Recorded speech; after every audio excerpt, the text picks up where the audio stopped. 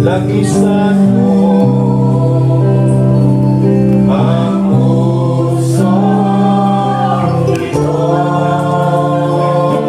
Yes, hallelujah.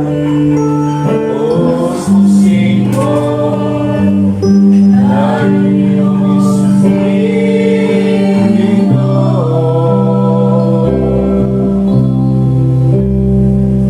Oh Diyos, nasa iyo ang kalakasan ko. Laisan mo ang pusong ito. Laisan mo ang pusong ito. Hallelujah! Tayo po'y manalangin. Panginoong Diyos na makapangyarihan po sa lahat, maraming salamat po sa umagang ito, sa lahat ng ginamit mo, Lord. Magmula sa Bible study, sa MC, Panginoon.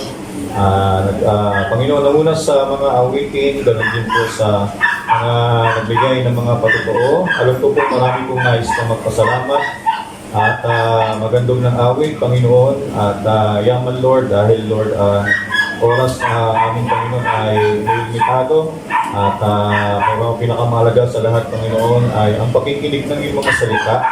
At tulad sa aming inawit ay langsan mo ang puso, Panginoon, at Panginoon, ikaw magpuno, Panginoon, ng mga bagay na ano man ang pangangailangan namin ay sa umagang ito, ikaw ang laging magpupuno, Panginoon, at patuloy na langsan mo po, Panginoong Diyos, ang aming mga puso. At Panginoon, salamat, Panginoon, sa lahat ng ginamit mo ngayong umaga, sa lahat na nakarating, Panginoong Diyos, ngayong umaga kami nagpapasalamat. At ganoon din, Lord, sa mga kapatid namin na hindi namin kasama ngayong umaga ay patuloy na pagpalain mo rin po, Panginoon, sila.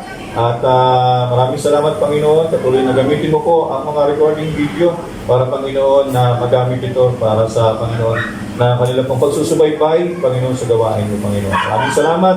Ito pong aming dalangin sa tanging pangalan ng Panginoon Kristo, at ang lahat ay magsabi ng Amen at Amen. Okay, so nais ko munang basahin yung aming teksto sa umaga ito para manghina yung dating ko. Ano ba ito?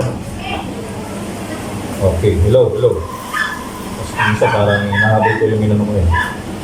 Okay, so dito sa aklat ng Efeso, one verse lang ito. Dito sa Ephesians chapter 6 verse 4. And you fathers, provoke not your children to wrath, but bring them up in the nurture and admonition of the Lord. So yun po ang salita ng Panginoon at tayo po ay malayo ng mga kapo, mga kapatid. At okay, so patuloy nagpapasalamat tayo sa Panginoon, no? At patuloy at salamat dahil nakailang Friday day na prayer meeting na ako po ay naglingkod sa inyo. At medyo natapos na yung ating mga holidays. At next na naman ay August, medyo malayo-layo na naman. Balik na naman tayo sa mga manggagawa na tatayo ng every prayer meeting. At ang akin lang po mga sabi ay patuloy lang po tayo sa pagsuporta ng gawain ng ating Panginoon. So, sana magsawa tayo na sa pagdalo ng gawain ng ating Panginoon, katulad na binanggit kanina ng ating Bible study, na mas mainam pa rin na tayo sa prayer meeting. Kung kayo manonood lang ng TV sa bahay at ay hindi po yun isang ugali ng isang Kristiyano. Pero kung meron po kayong gagawin, sabihin natin kayo po ay nasa duty ng trabaho, ay okay lang po yun, no? Kasi alam naman ng Panginoon na mahalaga din po yung inyong ginagampanan. So, kung free naman po kayo, ay huwag po natin kaligtaan ang pagtitipon ng ating Panginoon. At papasalamat din ako sa Panginoon kasi papasalamat ako dahil yung company ay alam nila na tayo po ay magagawa. At alam nila na pag Sunday kailangan tayo nandito sa gawain ng Panginoon. Yung Friday nga lang Yung kasama ko ay kasama yung isang warehouse. Sa warehouse ay naglakbay sila papunta ng Tacloban. So halos papalo din ng kulang-kulang na umahigit isang linggo sila po ay wala, no? Kasi merong mga gamit sa ginagamit din na dinala sa Tacloban. Pero salamat dahil ang inyong ibang likod hindi naman pinapadala doon para medyo malayo-layo din ang paglalakbay. 15 hours yun, papunta sa Macdog, tapos sa Macdog sasakay ng lancha, no? Or toro-toro. Ano ba tawag dito? Yung barko na maliliit lang at lilipat sa Samar. Tapos sa Leyte, Samar ay sa Tacloban ay hindi simula na yung paglalakbay nila kasi para Tacloban to Ormoc pala sila pupunta. So ilang oras pa rin yun, mga 3 oras sa paglalakbay ng Travelan. Kaya medyo mahirap, medyo matagal-tagal po yung paglalakbay. At salamat at hindi tayo na tayo man namin sa nabuti ng Sabado, normal lang. Pero salamat sa Panginoon, ganun lang, hindi tayo palagi na nadadala sa malayo, no? Kasi nakasanayan ko na rin talaga, maliit pa ako ay hindi ko talaga naging ugali na pag Sunday ay nawawala po sa gawa ng Panginoon. Maliban na lang kung talagang mayroong importanteng mahalaga na dahilan na masasabi natin dahilan, no? Maliban din kung may mga emergency, yun po yung natin mga kapatid. Pero pag hindi naman mahalaga, mas gusto ko pa rin talaga na ako po ay nasa gawain ng Panginoon. So ako po ay pinalaki ng aking tatay sa ganyang bagay. Kaya yung natin, and yung fathers. Kasi next slide says, ang pangalan natin ay to the fathers. No, para sa mga ama muna tayo ngayon. Kasi naglatag na rin tayo about sa mga nanay dahil Mother's Day. Today, in one click assist. Dahil ngayon ay Happy Father's Day. No? Dahil ngayon ay araw ng mga tatay. Kaya ang message ngayon ay para sa mga tatay na nagpapakatatay. Okay? So maraming wala. Maganda sana kung kumpleto. Yung mga hindi pa naging tatay, ay maganda sana nandito rin sila para mapahinggan din yung pinipera natin na pagkain para sa araw na ito. At dahil today is Father's Day, sabi ni Bada, kung paano sinabi ni Bada na Father's Day is hindi araw ng tuwing Mayo, ganun din po yung Father's Day. Ang Father's Day ay hindi lang araw tuwing 9 June 15. So, naniniwala ko, ang Father's Day is 365. No? Araw-araw yan, hindi yan nahihinto. Yun po yung araw ng mga kapatid. Okay? So, dito sa Tagalog, ay sabi dito, sa Efeso 6:4, na dito ay nagsasalita si Apostol Pablo. Sabi dito, at kayong mga ama, huwag ninyong imongkahi sa galit ang inyong mga anak, kundi inyong turuan sila ayon sa saway at aral ng Panginoon. So sabi ni Pablo dito sa kanyang sulat, para doon sa mga tatay, ay hindi mahirap yung mga hindi po madali ang maging isang ama. Kahit ako hindi ako perfectong tatay.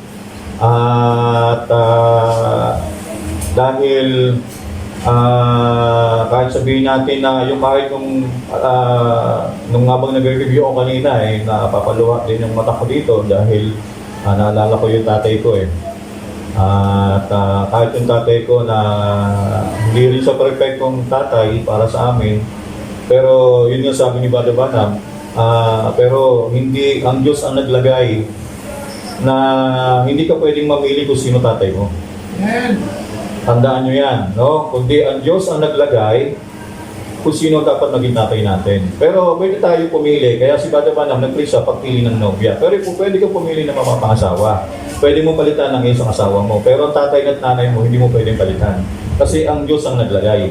Ang Diyos ang nagbunsod niya, nilagay ka, na ito ang magiging tatay mo, ito ang magiging magulang mo. Ang Diyos po ang naglagay niyan. Kaya kahit ang yung magulang ay hindi perfecto, magpasalamat tayo.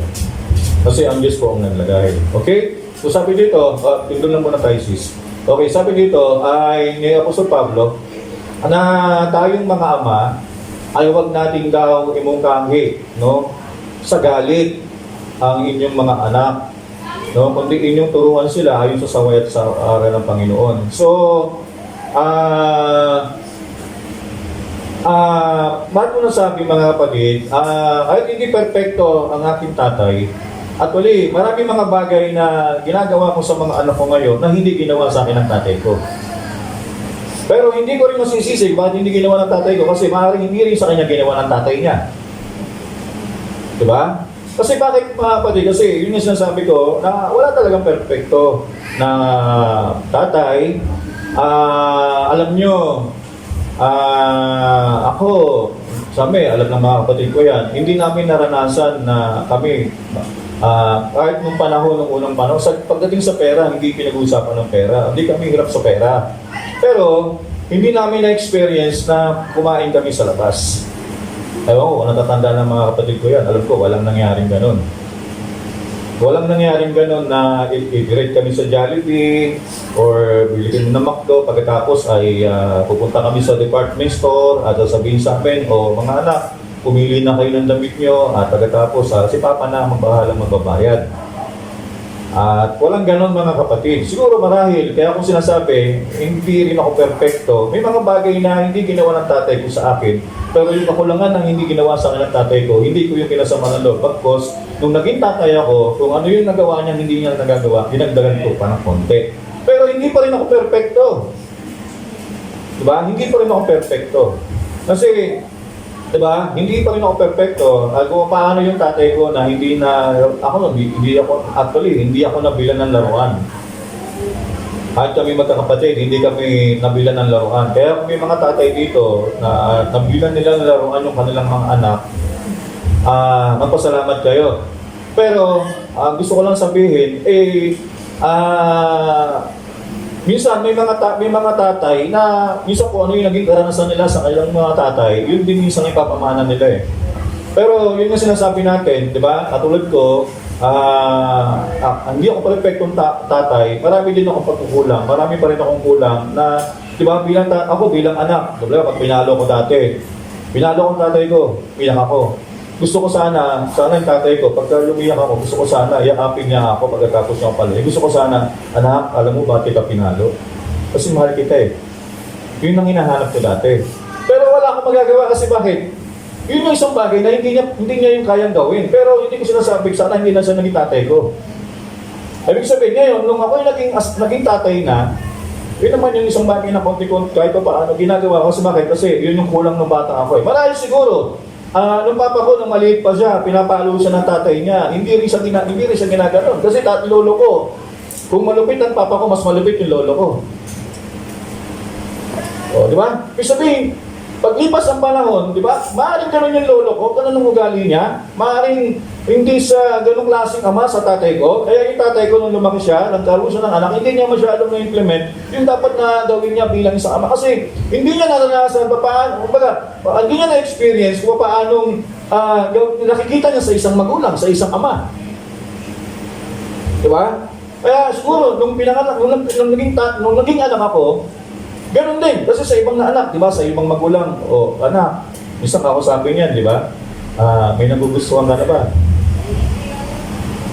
Naiingit ako sa mga ganong mga tatay at may mga anak na ganon. Kung mag-usok sila, kasi ako dati mga kapatid, hindi alam ng tatay ko yun kung may nagugustuhan na ba ako, ano ba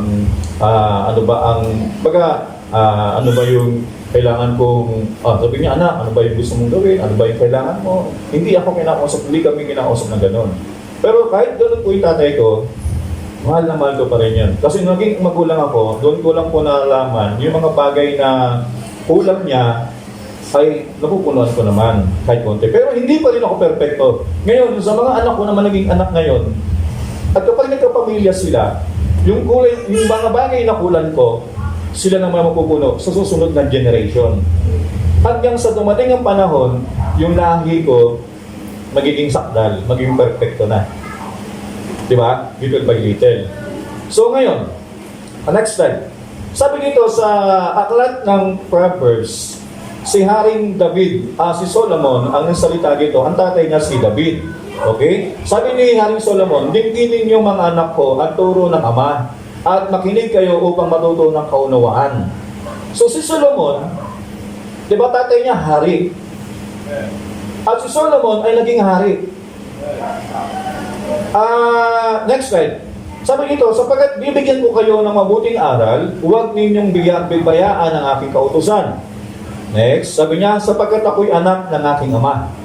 Malumanay at bugtong na sa paningin ng aking ina. Okay, sabi pa dito, at tinuturuan niya ako, sino sabi? Sabi ni Haring Solomon, tinuturuan ako ng tatay ko si David, at ang sabi sa akin, pigilan ng iyong puso ang aking mga salita, ingatan mo ang aking mga utos, at mabuhay ka.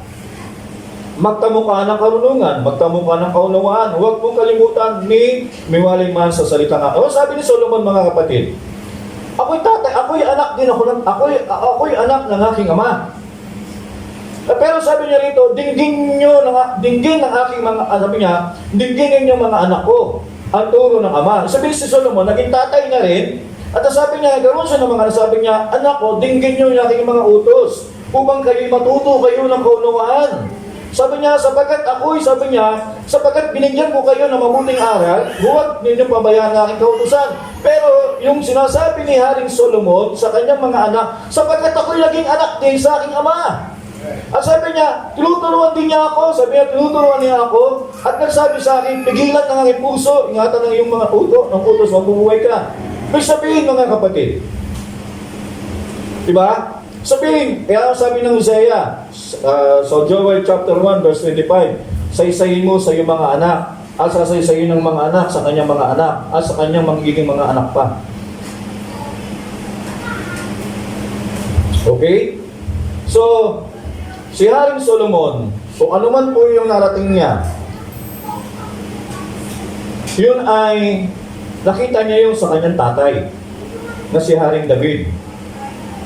At kung paano pinalaki si Haring Solomon, ay ganun din niya inia-apply yung mga bagay na natutunan niya sa kanyang tatay at sa kanyang mga anak. Ganun din niya itong sinasabi. Okay? Kaya nga, yung sinasabi natin mga kapatid, walang tatay na perfecto. Depende kung saan, anong lahi, anong klaseng history, kung anong history ang pinanggalingan ng ating mga magulang. Paano tayo pinalaki, diba? Paano tayo nagkaroon ng mabuting pamilya.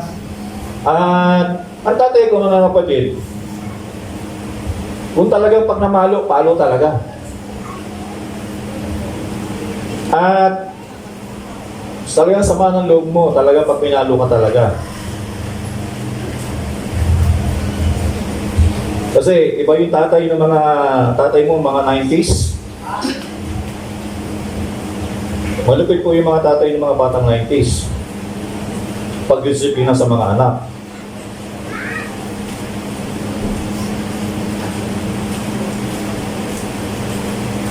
Pero, minsan, dati, pag nag-ring yung cellphone ko niyan, minsan, namimiss ko na yung tawag niya eh. Tawag sa akin yun, sabi sa akin, anak, gusto ka? So, buti naman pa. Alam ko, pag tumawag yun, may kailangan. Hindi naman talaga yung tumatawag na, ang tapa ko kasi hindi yung rekta na sasabi na, anak, baka pa, ano kayo. Hindi, pag tumawag yun, kamusta ka dyan, anak. Alam ko na yun, medyo may kailangan. Kasi deserve ng isang anak yun eh. May deserve mo ang tatay mo kasi isa kayo ng dugo eh. Diba? Isa kayo ng buhay na nanlaytay. At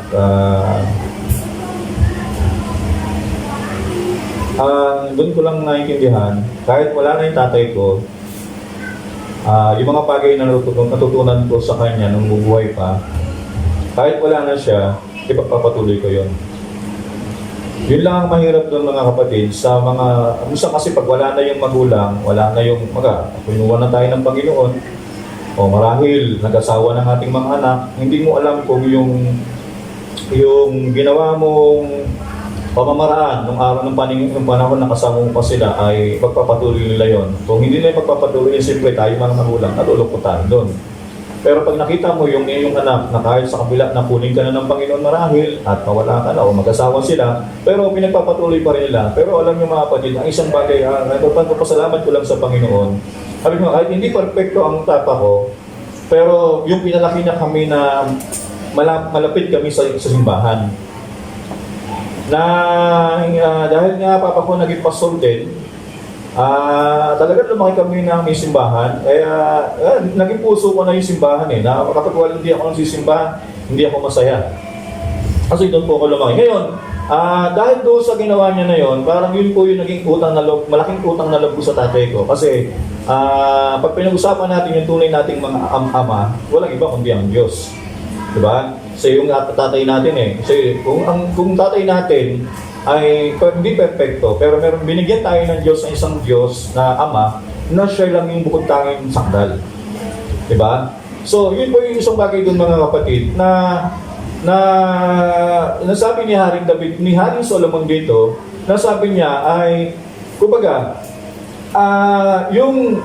yung ginawa sa kanya, sabihin mga kapatid, no, yung makita mo, kasi silent ang Biblia eh, pero salamat sa mensahe, kasi tingnan natin, makikita natin yung sa Bible pa lang, binabasa natin, na kung paano si Haring Solomon ay kung magpayo sa kanyang mga anak, sabi niya, diginin yung mga anak ko ang turo ng ama. Sabihin siya yung tatay ngayon eh. Sabi niya, at makinig kayo upang matuto sa kaunawaan. Kasi bakit na nga kapatid? Kasi si Haring Solomon, sabi niya, ako'y anak din ako ng aking ama. Ibig sabihin, ang tatay ko nagtuturo din sa akin na dapat kong gawin.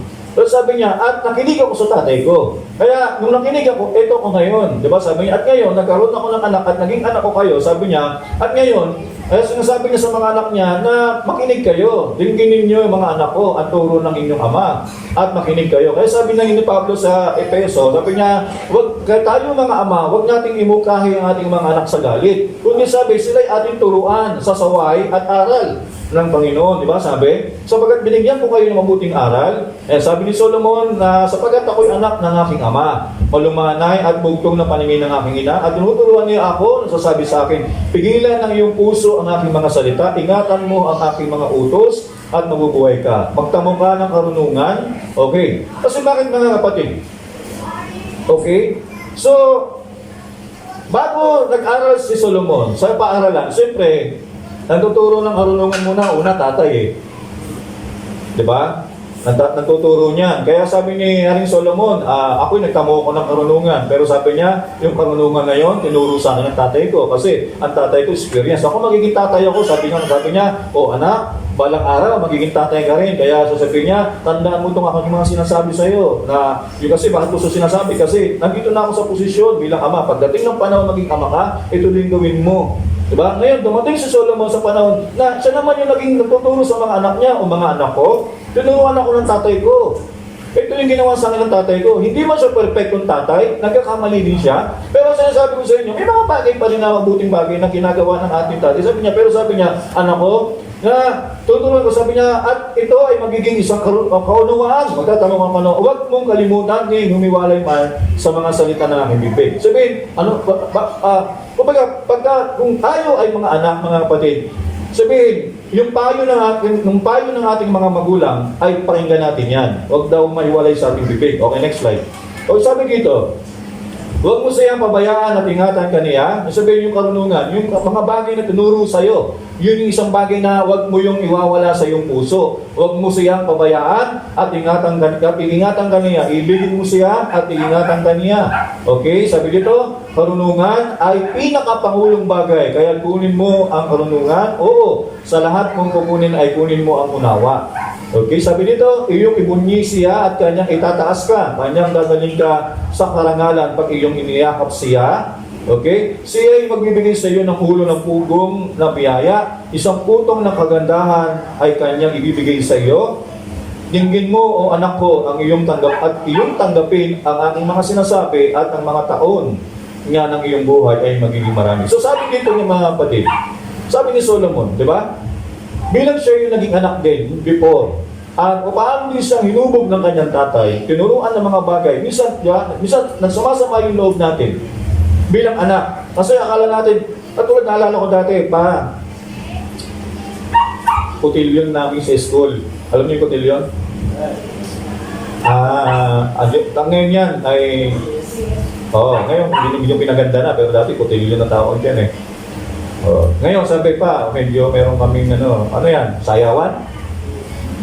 Hindi pa, yun? Yung mga bibis ng mga tapos may mga May mga nakadamit din doon na magagara naman at sa school yun. Ang sagot sa akin wag. Kaya hindi ko na-experience yan Sa manulog ko noon, hindi ako pinayagan. At tapos sabi ko, ito kami ng perya. Carnaval. Carnaval kasi tawag doon sa perya Carnaval. Ano ba gawin sa perya? Kasi tatay ko pagdating sa pagiging Kristiyano talaga, yung salitang Kristiyano, ayaw talaga niya yung perya. Kahit yung sa mga kotilyon, ayaw niya sumama dyan. Mga pesta, may talaga papakon niya sa ganyan. Sabi niya, hindi pwede perya. Pag nakita ka na sa perya ka, magagalitan ka nun. Hindi na talaga kami pinapayagan ng perya. Kaya hindi ko din na-experience sa perya. Kahit may magaganda ditong perya, yung pinatawag natin dito sa Santig Kingdom, hindi pa pwede. Laguna lang yan Pero hindi talaga pwede. Kasi bakit? Hindi talaga kami lumaki magkakapatid na pinalaki kami sa perya-perya o mga kotilyon. Kaya hindi ko rin po, kaya hindi talaga ako nabarkada. Kasi nga, yung kotilyon, hindi nga pwede sa school program yan Hindi ko talaga pwede. Kasi dahil magsusuot ka ng Amerikana, tapos medyo, pwede ba? Pagkatapos ng kotilyon, yan daw yung sabi nila, kwento lang nakaupo yung mga babae, at sabihin niya, gagawin mo yung kamay mo, pwede ba kitang maisayaw? Diba? Sabi ko, sayang Pero hindi ko talaga experience. Hindi ko talaga na-experience yun Pero, yun nga, pero sa manulog ko mga kapatid, pero doon nalaman ko, kasi akala ko dati gano'n, pero hindi mo alam, yung pala isang payo ng magulang sa'yo, para ingatan ka. Kasi, alam mo, kung natuto ka pala nung bata ka pa lang, siyempre, hanapin mo na yun baka maya, yung sorry. Diba?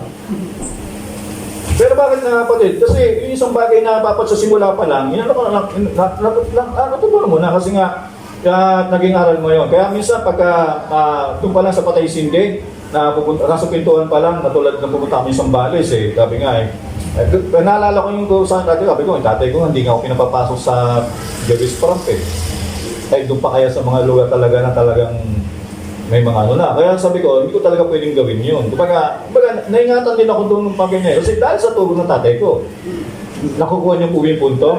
Yung sabihin, akala ko kasi, natatapo ko. Pero ngayon, nung ako'y lumaki na, kaya ako nagpapalam sa akin yung mga anak ko, punta kami. Saan? Yun tuning ginagawa. Kasi sabi ko, nako, papunta pa lang kayo. Ako sa tatay ko, ginawa ko na yan. Pero alam ko, bakit nagsasalita sila ng gano'n? Kasi alam nila yun mayroong karunungan yun.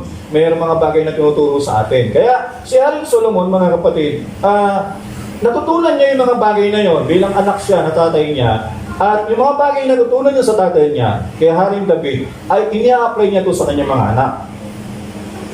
Okay?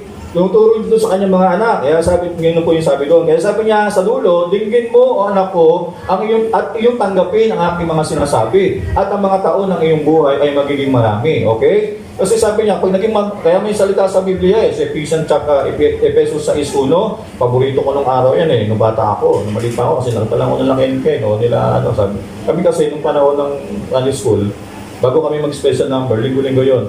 Efesos 6:1 hanggang 2, igalang mo ang iyong ama at ang iyong ina na may kalapit na pangako. Tapos, isa-isa mga bata yan. Kaya hanggang lumaki kami, ilang memory verse na alam namin. Kaya pagdating sa memory verse, ay ang dami na namin alam yan. Di ba? John 10:35, Jesus wept. Ang pinakamahabang verse, nasa awit. Hindi ako nagkakamali, awit 19 yun. Ang haba ng laman nun. Kaya pag binibigay, patay. Haba. Napakahaba. Alam mo, buong chapter yung binabasa mo. Awit 19 yun. Pero, bahagi lang, hindi mo alam mga kapatid, ay yung mga bagay na payo sa'yo, ay makakatulong sa'yo. Pagdating ng panahon na ikaw naman yung lumagay, at natuto ka doon, sabi doon, ang Bible ni Solomon kanina, at ang buhay mo ay lalawig. Haba sa ibabaw ng lupa. Kasi, bakit mga kapatid? Kasi, ang pinakaunang bagay mga kapatid, dahil sa iyong magulang, sa iyong tatay. Okay, next slide tayo sis. Sabi pa dito, anak ko, makinig ka sa aking mga salita. Ikiling mo ang iyong pakinig sa aking mga sabi. Diba? Pag pinagsasabihan tayo ng ating mga magulang, diba? Pag pinakausap tayo, ako dati Kaya humingi din ako ng tawad sa Panginoon eh. Pagka ang tatay ko sa sermon eh, tatay ko naman kasi, walang sermon-sermon yun. Talagang pagka, yung palo na lang ng palo yun. Yun naman yung isang bagay na hindi ko na in-apply ngayon sa mga anak ko. Ngayon sabi ko sa mga anak ko, ayaw ko kayong paluin. Kasi pag namalo ako, palo talaga. Ako, minsan lang ako mamalo, pero pag namalo ako, palo talaga. Pero hanggat maaari, iniiwasan ko talaga mamalo. Pag namalo ako, talaga yun na yung bagay na hindi ko na talaga kayong pigilan. Kailangan ko na kayong paluin no, kasi kailangan ko ng kailangan ko na. Pagka yun naman iniingatan ko sa sarili ko. Kasi pag namalo naman talaga ako, gigil talaga ako. Yun naman talaga isang bagay na ayaw ko naman na gawin ko yun. Kasi ayaw ko nga imungkahi sa galit eh. Kaya sabi ng Bible, kung nating imungkahi sa galit yung ating mga anak, kapag kaya ako lang pinapalo yun kasi biblical yan eh. Na kailangan paluin. Pero yung pagpalo kasi, parang ganito yun eh, na parang yung bata gumagawa. Yung pagpalo, yun yung pag-stop mo sa kanya, na parang mag-isip siya, ba't mo nga ginagawa yun? Ngayon, dapat, di ba? Dati pag pinapalo kami, hindi naman tinatapon yung tatapon lang yung pamalo. Pero hindi naman tinasabi, hindi naman, gusto ko kasi, pag nanonood ako ng TV, ng palabas, naalala ko yung isang palabas na pinalo niya yung anak niya, tapos sabi niya, tinapon dito, tumupo yung tatay sa upuan, sabi sa kanya, anak, halika. Kahit umiyak yung anak, sabi niya, alam mo bakit kita pinalo? Sabi ko, yun yung gusto ko sanang gawin ng tatay ko eh. Pero hindi ko nga yun nila, kasi bakit? Sabi ko, siguro kaya hindi niya magawa yun, kasi siguro yung tatay niya, hindi ko alam paano siya pinalaki. Diba? Maaaring, kung makapalo din yung tatay niya, ay kaya nga tatay ko, 16 years old pa lang, nandito na sa Maynila sila eh. Malayo na sila sa magulang, at lumaki na sila maging independent, at nagkaroon ng sariling pamilya. Kaya ganun yung nangyari mga kapatid. Kaya nga ngayon, tinanggal ko sa anak ko yung pagpalo. Kaya minsan, di ba, pinalo mo, pero bakit sabihin, ay bakit inaano mo pa yung ano? Hindi kasi, yung kasi isang bagay na hindi ko naranasan eh. Kaya minsan, pag pinalo ko yung anak ko, minsan, sasabihin ko, parang walang nangyari pagkatapos. Kasi bakit? Kaya naman kita pinalo kasi meron kang ginawang mali. Pero hindi ibig sabihin, tapos na yung pagiging tatay at anak ko, tsaka anak tatay ko. Sabihin, back to normal tayong dalawa. Kasi tapos na ako dun eh, ba't kita pinalo? May reason. Pero pagdating ng panahon, pag dumating ang panahon na ikaw naman ang nagkapamilya, yung ginawa ko sa'yo, gagawin mo yun. Kasi yun din yung isang bagay na ginawa sa akin ng tatay ko, pero may kulang. Di ba? Kaya pag ikaw ay lumalagay ka na bilang magulang, yung mga bagay na kulang na hinahanap mo sa magulang mo, sa tatay mo, ay gusto mong punuan. Pero sa kabila ng lahat na pinupunuan mo lahat, pero kulang pa rin. Kasi hindi ka perfecto. Di ba? Nobody's perfect mga kapatid. Kaya sabi dito ni Haring Solomon, sabi niya, anak ko, makinig ka sa aking mga salita. Ikiling mo ang iyong pakinig sa aking mga sabit. Sabi niya, okay? At huwag mga hiwalay sa iyong mga mata, ingatan mo sa butulan ng iyong puso. Okay, kaya dito, pagka tayo, pinsasabihan tayo ng magulang, di ba? Dati, pag pinapangaralan ka ng tatay mo, ganito, di ba? Minsan, hindi tayo sumasagot, pero sa isip natin. Di ba? Sumasagot ka. Di ba? Pero, akala natin masakit sa tenga. Pero pag pinakinggan mo pala yung payo nila, meron ka lang kukuha lesson. Kasi pagdating ng panahon na ikaw naman yung lumagay sa mga anak mo, ikaw na ngayon yung sasalita, ay kung ganunin ka din ng anak mo,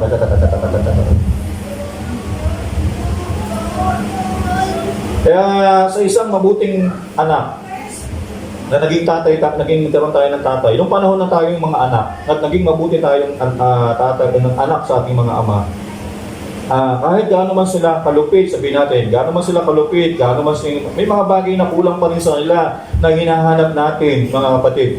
Naalala ko nga dati, ganun pala yun, no? Pag maliit ka pa, sabi niya, teka na, yun kasi maalam ko eh, yun. Hindi yun kasi ngayon, yun, tinanggal na kasi, bata yun eh. Yun, pagka yun, bata pa yun. Pag yun, medyo matanda na. Di ba? Yun, liga. Pagupit tayo. Ay, nung bata ako, hindi ako nasusunod. Pagka magupit, kaya na naman tayo. Papagupit na naman. Papagupit. Payo ko pa nga eh. Kasi bakit? Alam niyo yung pag nagtabalbero ka na, nag-aantay na yung balbero, yung panghasa, ginagano na eh. Ako sabi to, sige, kukuha ng ano yun, dito sa bangko. O, kukunin yung bangkong maliit, bangko ito, kasi maliit ka pa nga eh, papatong ka doon. O, tapos nakagano ka, habang ginaganon. Sabi ng papa ko, o, dating gupit. Patay, gabi ko.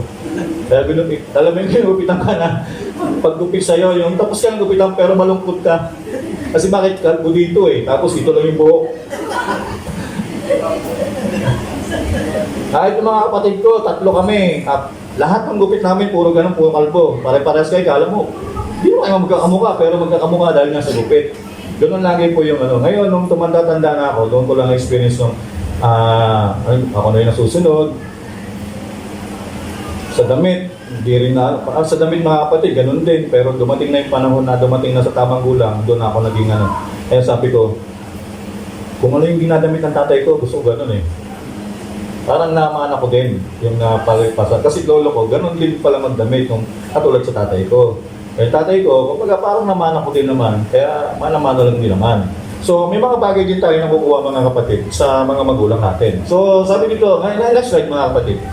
O sabi dito ni Brother Banam sa message na sa pangunguna mga kapatid. Sabi niya, napakarami natin mga bagay na kailangan nating gawin. Napakaraming responsibilidad na dapat nating harapin. Kailangan harapin ang bawat isa ay ang responsibilidad. Okay, sabi dito, kapag humantong kayo sa pagpili ng inyong may bahay upang magpakasal na o pagpili ng isang asawang lalaki, kailangan ninyong tanggapin ang isang responsibilidad at saka dapat ninyong tandaan. Marahil ay magtatayo kayo ng isang tahanan o isang mainam na magandang tahanan. Pagkatapos, tandaan ninyo, bilang isang babaeng may asawa, na dapat mong isipin ang responsibilidad ng pagpapalaki sa mga anak. Dapat mong isipin na ang magaganda at makikinis ng mga pader ay mapupuno ng maliliit na maruruming pakat ng kamay ng mga yan. Pagkatapos mayroon kayong responsibilidad na turuan ng inyong mga anak, responsibilidad kayo na gamitan sila at pakainin. Okay, bilang tatay, this is the Father's Day. Okay, ang araw ng mga tatay, hindi ito celebration, ha? Tandaan nyo. Ang Father's Day is responsibility. Responsibility. Hindi ito day ng tatay na, oy, kailangan may cake, may handaan. No. The day of the Father's Day, this is the responsibility. Sabi din ni Brother Banam, ito ay isang mabigat na responsibilidad. Sabi na, pag ikaw ay naging tatay na, mayroon kayong responsibilidad. Diba? Naturuan ng inyong mga anak. O, kaya nga, sabihin, dahil ang tatay, ang trabaho ng tatay, magturo. Diba? Kung ano yung mali, tuturo niya yung tama. At sabi dito, at bilang tatay, meron din tayong responsibilidad. Sabi niya, nagbigyan natin sila ng damit at the same time, pakainin natin. Kaya wala ditong tatay na pwede sabihin na napapagod na ako magtrabaho. Okay? Kasi this is responsibility.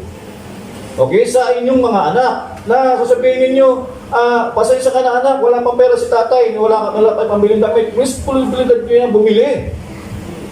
Diba, pag nagkaanak kayo, yan ang isang bagay na kakibat niyan ay responsibility. Diba? Pakainin, at the same time, bihisan sila ng damit kung ano kailangan nila. At kung wala na silang underwear, wala na silang polo, wala na silang damit na pambahay, so kailangan i-provide them. Provide. No? Yan po yung isang tumulong. Sabi ni message yan, ha? Okay. Next slide, sabi dito, ngunit ang harapin ang mga responsibilidad kung minsan ay talagang napakasakit sa atin. Yan. Gawin niyo bilang isang ama. Ang harapin ang responsibilidad at paluin ang inyong anak bilang mga munting mga bata. Pero munting bata pa yan, ha? Pag ang bata kasi, pwede mo pa yung paluin. Huwag naman yung, kasi alam ko, may tamang pagpalo sa anak ng edad. Hindi naman yung 2 taon pa lang, papaluin nyo. Ang tama naman sa anak, hindi naman yung, di ba, minsan, malapad na pamalo. Huwag naman yung parang may pako na nga yung may pako-pako yung mga ano nyo. Huwag gano'n, masyadong brutal po yun, di palo. Ang pagpalo kasi, isang pagdisiplina. Kung ang anak hindi mo madaan sa pakiusap, kasi may mga bata na nadadaan mo pa rin sa pakiusap eh. Kaya ka lang papalo kasi, pag kinausap mo, hindi mo madaan sa pakiusap, kaya palo. Okay? Pero hindi mo kailangan paluin. Kung nakakausap mo naman, oh anak, alam mo ba yung ginawa mo? Mali yun. Opo mama, opo papa. Eh kung gano'n naman, huwag mo paluin. Nakikinig naman sa'yo eh. Pero pag hindi nakikinig, ibig sabihin, pagpalo lang yan para sabihin, anak, tumingin ka sa akin. Makinig ka. At sasabihin mo sa anak mo, alam mo ba, ba't kita pinalo? Para alam din niya kung anong mali. Diba? O, sasabihin niya, alam mo ba kita pinalo? Kasi may mali ka, kasi mahal ka. Mahal na mahal kita kasi anak eh. O, kaya sabi ng papa ko, tinapon ng anak yung pamalo. Ilampot ng tatay mo, pinalo yung tatay niya. Sabi niya, alam mo ba tayo, ba't kita pinalo? Bakit? Mahal na mahal din kita eh. Diba? O, di para pag pinalo yung anak nyo, pag sabihin yung anak, alam mo ba pag pinalo kasi mahal na mahal kita eh. Di pag kapang pamalo, ikaw na, gagantin yung anak nyo. Ganun pala. Sabihin sa'yo, anak, alam mo tayo, ba't kita pinalo kasi mahal na mahal kita. Pero sasabihin, ay salamat, nakaganti na ako. Diba? So, yun po isang bagay doon mga kapatid. Kaya bilang magulang, diba, bilang tatay, may responsibilidad yan eh. Napaluin mo yung iyong anak. Pero pag may mali, mga kapatid, pero hindi ka palo ng palo. Dapat, tingnan nyo, pag pinalo nyo yung inyong anak, dapat meron pong mali at hindi nyo na masaway. Diba? Pero hindi yung kada saway ninyo, palo. Huwag naman natin palaki, sabi, huwag natin palakihin ang ating mga anak sa mukha sa galit.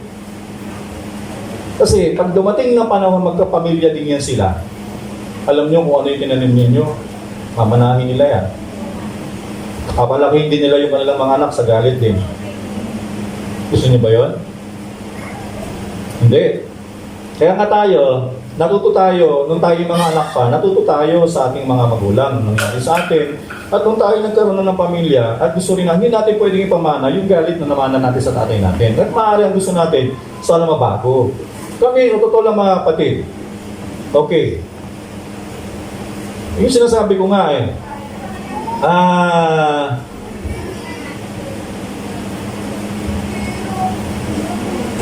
sabihin ay hindi rin naging pusigido yung basta sinasabi ng tatay ko lang mag-aral kayo mabuti pero hindi naman siya talaga naging pusigido na turo kasi tatay ko natapos lang niya, alam ko hindi pa natapos ang high school o yung elementary, ang grade 6 lang yata natapos niya. Kaya ito paano, nakakabasa rin naman, nakapagbasa-basa rin naman. Hindi katulad ng lolo ko talaga, no read, no write. Kaya yung lolo ko nung dati, huwag na kayo mag-aral. Magtrabaho na kayo agad.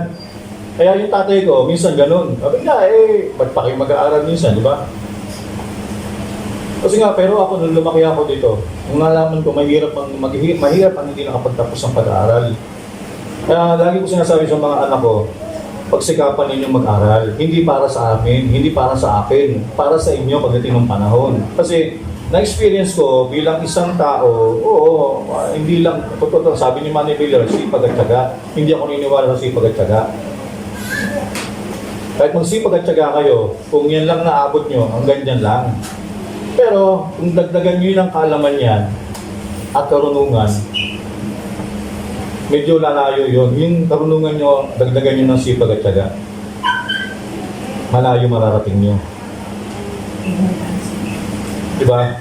Yun yung sinasabi natin. Na kung ito lang yung narating ko, sabi ko, hindi ako nakapagtapos ng pag-aaral. Nasabi ko, ayaw kong mamana to sa pagdating ng panahon. Kasi na-experience ko na eh. Kaya lang ko sinasabi, magsikapan nyo mag-aral. Kung panahon kayo ng pag-aaral, mag-aaral kayo ng mabuti. Kasi mahirap ang buhay. Kasi iba yung nakapag-aral ka, ikaw yung hahabulin ng trabaho. Kahit ayaw mong trabaho, hihiga ka, tatawag sa'yo, hello, kayo po ba si Mr. Pentecostes Dulpina Jr.? Yes, sir! Bakit?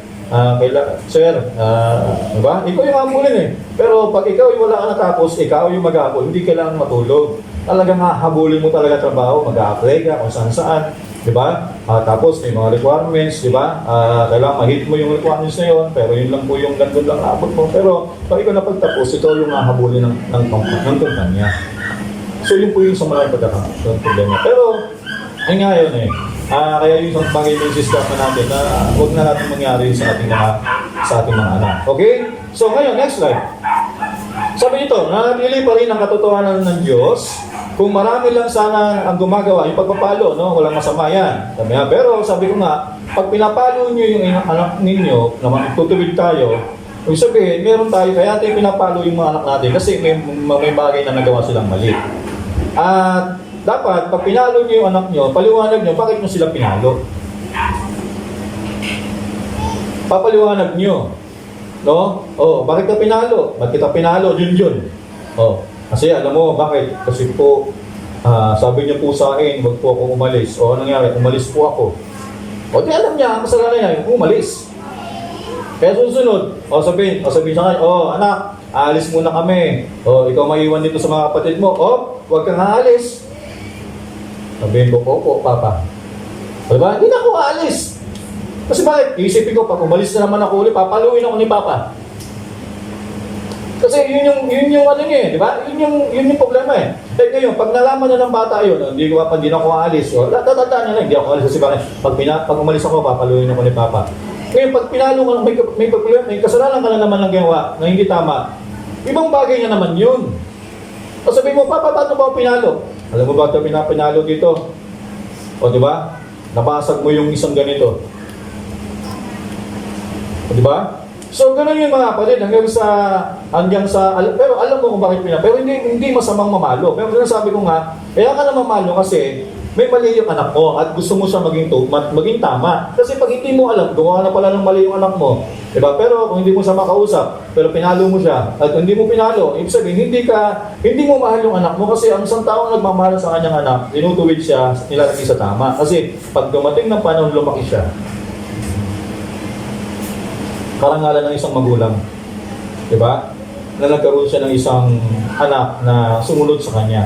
Ay sabi yun ni Brother Banam, nanatili pa rin niya sa katotohanan ng Diyos. Kung marami lang sana ang gumagawa niya, hindi na sana tayo nagkaroon ng napakaraming masasamang asal ng kabataan at mga ganong bagay. Kasi pag tinignan nyo ngayon panahon mga kapatid, yung kwento, manood kayo sa mga, di ba, personal notebook, sa mga palabas, sa mga tawag dito, mga nag-interview na nakita nila yung kabataan, na di ba, may mga naglalasing nga, nagbabarkada, nagsasabu sila, nagdadrugs sila, di ba? Tapos, naglalagay, nasaktan yung sarili nila. Pag interview mo yung mga kapatid, ang sama sa magulang, ang sama ng loob nila sa magulang nila.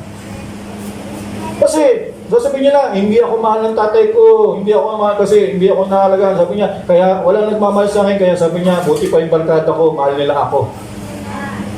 At ulit, yun po yung nangiging dahilan na tinuturo ng mga kabataan niya. Kaya sabi niya ito mga kapatid, dahil nga, nawala na yung pagsaway doon sa mga anak. Sabi niya, kung marami lang sana gumagawa niyan, hindi na sana tayo nagkaroon ng napakaraming masamang asal ng kabataan at ng mga ganong bagay at ng kabulukan na mayroon tayo sa sanlibutan ngayon. Ngunit ang matandang ginutuang panuntunan ng tahanan ay nasira na matagal ng panahon at pinababayaan na nila ang mga bata na gawin ang anumang gustong gawin ng mga ito.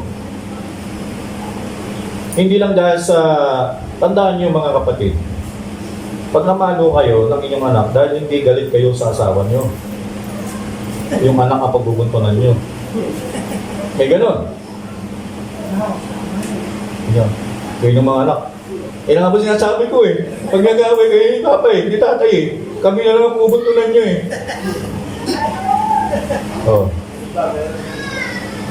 Diba? Dapat hindi rin nila maramdaman. Kasi alam mo bakit? Lumaki yan sila at nag-asawa rin sila. Ganyan din po. Sabi nila, demonyong tahanan to, impierno. Sabi niya, mga demonito, demonita, mga gano'n. May mga ganun mga kapatid, di ba? Kaya nga pagka iba yung sa away ng mga partner, iba yung sa away ng mga anak, pagkaiba po yan. Hindi yan halo-halo o sagol-sagol na. Hindi po, dapat pagka nagtalo yung sa mag-asawa, sa nila lang yon. Hindi dapat marinig ng mga anak. At kaya sasabihin ng mga anak, di ba? Hindi kayo pwedeng madamay dito mga anak kasi iba kayo eh. Hindi naman kayo kasama dito. Kayo mag-gano dito, di ba? Ganun yung nasabi natin. So, yun po yun mga kapatid, no? Yun din yung isang bagay na tawag dito na nakikita ko din sa napapakulong kahit ganun po yun. Pagdating po sa talagang siya, no? Pero yun nga, may mga bagay na sabi ko nga na sasama yung loob mo sa magulang mo dahil sa yung sa'yo ng kabataan ka pa. Pero may mga bagay din naman na matatandaan mo na kahit paano, may mga mabubuting bagay din naman na pinakita sa tatay mo na pinalaki ka ng maayos. At nung nawala na sila, doon mo palang maaalala na salamat. No? Yun yung isang bagay mga kapatid na yun din ang inaano ko na sana yung aking mga anak. Dumating man ang panahon na mawala man ako sa mundong ito o mag-asawa sila, huwag niya lang kakaligtaan yung mga bagay na payo na itinuro ko sa kanila. Tuturuan sila kung paano maging mabuting bata, ay sana lagi nilang dala-dala yun kahit mag-asawa sila. Kung wala naman ako sa mundong ito, eh, taglay-taglay pa rin nila. So yun lang gusto kong laging sinasabi mga kapatid. Okay, next slide tayo. Okay, tumakas pala to. O sabi niya, ngayon may umaalalay sa inyo. Okay, sa message niya ba ng pangunguna, sabi niya, sa buhay natin may umaalalay sa inyo, nung unang kayo yung makbang, ang inyong huling makbang sa buhay, marahil ay may alalay sa inyo. Kita nyo, siya nga. Gusto kong tandaan nyo yan. Sa unang inyong pagkakbang, may nangunas para pumalalay sa inyo, at sa huling inyong pagkakbang, may nangungunang alalay sa inyo. Sa una nating buhay, mayroong alalay sa atin. Sa huling yugto ng buhay natin, meron. Okay? Sabi ni Padre Bana, manguna, nanay, susunod tatay, susunod ipapasa tayo sa paaralan, sa eskwelahan, tuturuan tayo ng mga edukasyon, tapos pang-apat, sabi ni Padre Bana, dadalhin tayo ng Diyos sa pastor. Diba? Kaya piniritsing kanina, tinapit, tuturo tayo sa simbahan, tuturuan tayo ng mga salita ng Diyos, gagabayan tayo, kasi magulang din natin sa spiritual yan eh. Hindi lahat ng pastor, hindi rin perfecto ang pastor. Okay? Nagkakamali din. Paano si David, si Moses, bagamat siya in-equip ng Diyos ng mahabang panahon, 40 years, tinanggal sa kanya ng Diyos ang lahat ng kamali, lahat ng kanyang natutunan sa Egypt. Pero alam nyo, meron pa rin si Moses na kahinaan. Hindi pa rin siya perfecto. Ano yung kahinaan ni Moses? Mahina yung temperance niya. Pero hindi ba ligtas si Moses? Ligtas si Moses. Pero pinapakita ng Diyos na kahit pagtaong kanyang sinugo, hindi talaga perfecto. Pero nang sinabi ng Diyos kay Moses, nauuhaw yung mga tao, sabi niya, Moses, dinala mo ba kami dito sa ilang para kami ay mamatay sa uhaw at sa gutom? Diba? Ngayon, kinausap siya ng Diyos, sabi ng Diyos sa kanya, Moses, puntahan mo yung mga taong bayan, at sabi niya, painumin mo sila. Sabi niya, yung tungkol, dalhin mo, itusok mo sa bato. Diba? Sabi, tusok. At magsalita ka. At aagos ang tubig. Pero nung dumunta si Moses sa bato, nawala siya doon sa yung inutos ng Panginoon, nawala siya doon. Ang ginawa niya, ibig sa tusukin, pinalo 2 beses. Pero tumulo pa rin, di ba? So, kita nyo, kung hindi yung, ito, yung Diyos pa rin yun. Pero utos sa kanya ng Diyos, sabi ni Padre Bana, hindi binabago ng Diyos ang salita niya. Pero tanong, kung binago ni Moses yung pamantayan ng Diyos, dapat hindi tumulo yung kasi utos sa kanya, tusukin eh. Pero bakit pinalo ni Moses ang bato, pero tumulo pa rin, mga kapatid? Kasi nga, hindi niya ipinakita sa madla na si Moses, kahit nagkamali, propeta pa rin siya ng Diyos. Diba? Hindi pa rin siya, isabihin, kaya nga sinabi niya, isabihin, maraming mga pastor, maraming sasabihin niyo, hindi perfecto ang pastor. So, pero perfecto ang message, yes. Pero ang sinasabi ko hindi perfecto, ang perfecto, hindi niya halos lahat, hindi niya napapamahalaan na mabuti. Maaaring sasabihin ng isa, may mga kapatiran, gusto ko sa pastor, yung kinakausap ako laki. Kaya kung hindi nga ako yun eh. Yun yung sinasabi kong kahinaan. Ay may mga tao ang kinakausap dito, pero may mga tao sabi, buti pa si brother, si sister, kinakausap ng pastor, pero ako, di ako kinakausap. O di ba? Nagtatampo yun. So, yun yung mga bagay na sinasabi kong kahinaan.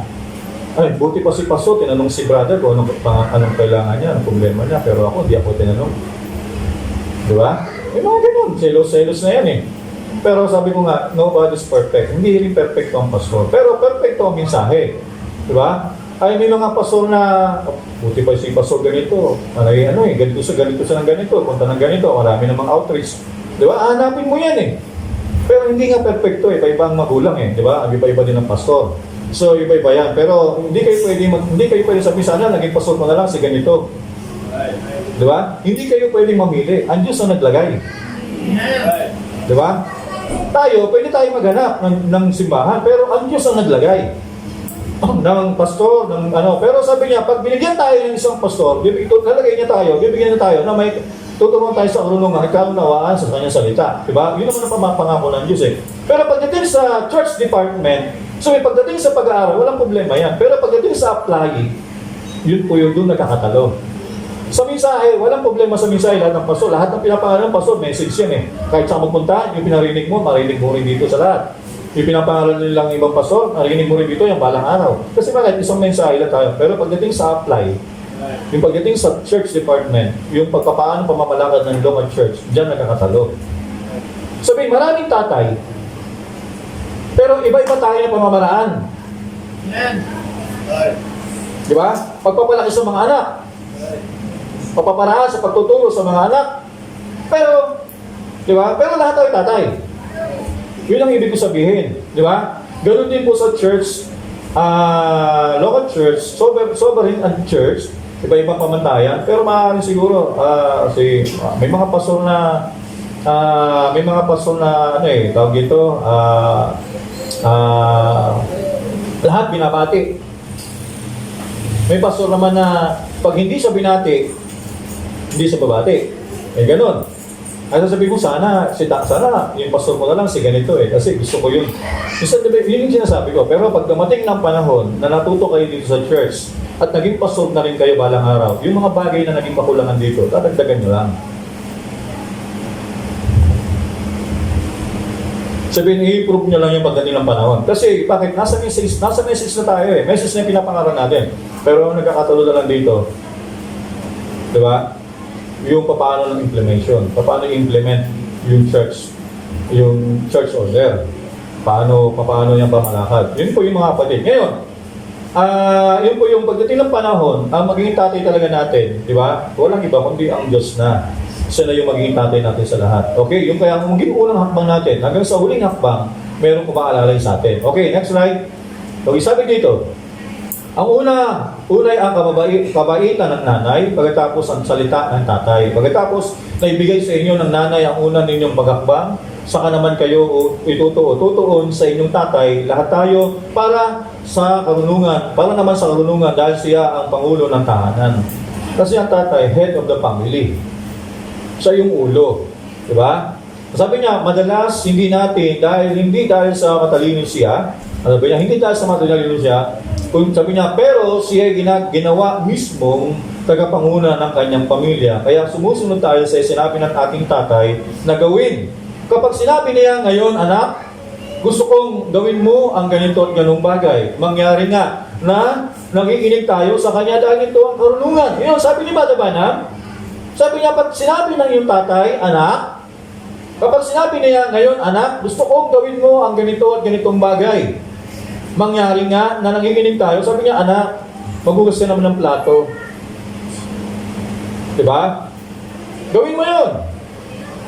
Hindi dahil sa sinasabi dito, dahil huwag mo sabihin na ginagawa kang alipin, pero yun ay isang bagay na pagtuturo. At sabi niya, sa likod nun, meron yung karunungan.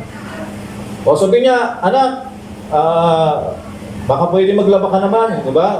Kasi wala na tayong ano. So, sabihin, huwag tayong magtatampo doon kasi ito ay isang payo. O sabihin ng anak, kung paalam yung anak mo, may ganito, may birthday dito sa ano ba yung birthday? Merong sa birthday sayaw-sayawan. Hindi, alam mo anak, walang masamang pumunta sa birthday yan. Kasi ako pumunta rin naman ako. Pero kung sayawan yan, yun yung iniiwasan ko. Baka pwedeng huwag ka na lang pumunta. Diba? Pero kung kaya mong pumunta doon na hindi ka madadala, papayag ako sa iyo. Pero sa isang kondisyon, gusto ko sana huwag kang madadala.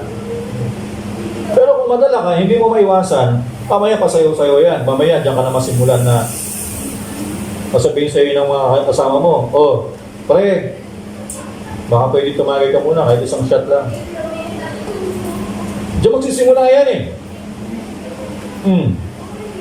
Kaya, importante yung saway ng magulang. Kaya sabi din ni Bada Banam, kapag sinabi niya ngayon, anak, gusto kong gawin mo ang ganito at ganitong bagay, mangyari nga nakikinig tayo sa kanya dahil sa karunungan. Okay, sinasabi ko mga kapatid dalawa na nilatag ko. Kanina, isang literal na ama at pangalawa, isang spiritual na ama. Kaya sa church, pag may sinasabi ang pastor, di ba? Spiritual speaking niya na father. Di ba sabi ni Pablo kay Timothy, anak ko, di ba? Tapos sabi niya kay Tito, anak ko. Kay Onesimo sabi niya, aking anak sa pananampalataya. Sabihin, may mga bagay na tinuturo ang ama sa pananampalataya para sa kabubuti ng kanyang anak sa spiritual. Pagdating ng panahon na matututo siya, pagdating ng panahon, di ba? Sabi dito, kapag sinasabi niya, ngayon anak ko, kung gusto mong gawin mo ang ganito at ganung bagay, mangyari na makikinig tayo sa kanya dahil may karunungan dito. Okay, next slide. Sabi dito, pero makinig kayo, pakinggan nyo, pero kita nyo, marami na siyang natutunan. At kailangan natin siyang tanungin. Kasi bakit siyang sasalita, anak, huwag mong gagawin yan. Kasi alam mo, pag ginawa mo yan, baka mapasama ka. Kasi bakit niya sinasabi? Kasi na-experience niya na yon.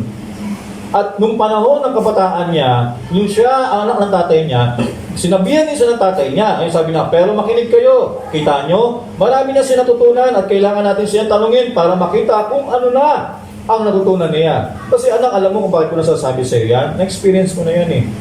Ay minsan maraming mga anak dito, ayan nga problema sa iyo tatay eh. Na-experience mo, kapamanan mo sa akin. Gusto ko kaya mo na ma-experience ko. Yan ang kabaluktot ng kaisipan ng mga kabataan ngayon. Diba? Ay, kasi naranasan ko na, sabi nila, naku anak, huwag ka munang ma-focus sa mga ligaw-ligaw, yung kagusto sa'yo, huwag mo na yan. Kasi alam mo, naranasan ko na yan. Lilipas din yan, may tinatawag na puppy love, na kala mo, puppy love pala, sabihin mo, mahal na mahal kita, pakakasal na, pero pag yun yung panahon na hindi rin pala, makakakita ka na naman ng mas higit. Paglipas ng panahon, akala mo, yun na. Ano sabihin sa'yo natin mo, anak, huwag mo munang seryosohin niya. Sasabihin ko sa'yo, yung nakita mo ngayon, paglipas ng panahon, makakita ka palang masigit. Paglipas ng panahon, makikita mo meron, pero hanggang sa dumating na, hindi pa yan true love. Pero pag dumating talaga yung true love, iba yun. So ngayon, ganun po yung mga pagsasabihin ng kabataan, nang kasi problema sa inyo, tatay, na-experience nyo na ngayon pa-experience nyo naman sa amin. Diba? Ganyan ang tutira. Pero sabi dito mga kapatid ni Brother Branham, pero makinig kayo sa tatay nyo. Pero kita nyo, kaya pala ganun sila magsalita kasi sabi niya, marami na silang tutunan. Sabi niya, ang kailangan natin siya tanungin para nakita kung ano ang natutunan niya at kung gaano, ganoon, mapapakinabangan natin ang kanyang, kung ano ang natutunan niya. So sabihin niya sa atin ngayon, huwag ka pumunta, gawin ang ganito. Dahil ginawa ko na yun dati. Sinabihan ako ng tatay ko noon, huwag gawin ito. Pero ginawa ko at naging sanhi tuloy yun ng maraming mangyari ang ganito sa akin, isang masamang bagay. Kaya kita nyo, pagkatapos si tatay sabihin niya sa atin kung ano ang gawin, kung anong tamang gawin. So sabihin mga kapatid, kaya si Haring Solomon, di ba sabi niya, anak ko, makinig kayo sa payo ng ama. Sapagkat sabi niya, sapagkat ako'y anak din ako ng aking tatay. Ano yung turo ni Solomon? Sabi niya, naging mabuti akong tagapakinig. Naging mabuti akong estudyante ng tatay ko. Lahat ng pinayo sa akin ng tatay ko, sinunod ko. Kaya ngayon sabi niya, yung lahat ng mga bagay na natutunan ko yun, kaya tinuturo ko naman sa inyo. Sabi sa kanya mga anak. Ay sabi ni Brother Branham, kapag ang tatay niya ng salita, dahil sabi niya, dahil marami na itong natutunan. Dahil alam ng tatay kung anong mga kabuti, kung anong mga kasama. Diba? Dahil nga sa bagay na experience niya yun. Kaya sabi dito mga kapatid, no, kapag sinabi ng tatay mo na huwag kang pumunta doon, hindi ibig sabihin ayaw niyang ma-experience mo yung mga bagay. Kasi alam niya, baka mapahamak ka. Diba? Dahil mapahamak ka. Kasi bakit?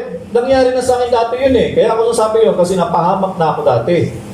Kaya sinasabi ko, bilang experience, sumunod kasi na sinabi ko. Pero kung mabilit pa rin yung anak, na gawin yung bagay niya, labas na po yung anak. Wala na pong basbas doon. Diba? Kasi ibig sabihin, ay ikaw na yung gumagawa. Pero habang sumusunod ang isang anak sa kanyang magulang, habang nasa ilalim ng poder ng kanyang ama, yung kanyang mga anak, nasa ilalim ng biyaya. Yan. No, pag dumating ng panahon mag-asawa sila, o namatay yung kanilang anak, asawa, ay yung kanilang tatay, di ba? Malungkot ang magulang kung nawala yung magulang, nawala yung tatay, nawala yung nag-asawa sila, pero hindi niya natandaan yung mga payo sa kanilang magulang o ng tatay. Ayun yung nakakalungkot doon. Pero sana, nagiging pamantayan niya o pinagkukuhanan niya ng karunungan para sa paraan ng pagpapalaki ng kanyang mga anak. Baga ganun dapat mga kapatid. Pero huwag natanda natin, huwag naman natin, kung iba-iba tayo ng karanasan sa buhay natin mga kapatid. Pero dumating itong mensahe nito para turuan tayo ng Panginoon, maging mabuti tayong tatay, maging mabuti tayong anak, kapatid. Kasi sabi dito mga kapatid, huwag tayong pumunta sa mga bagay na ganito. Kasi alam ng tatay natin kung ano po yung mga kabuti at hindi masama.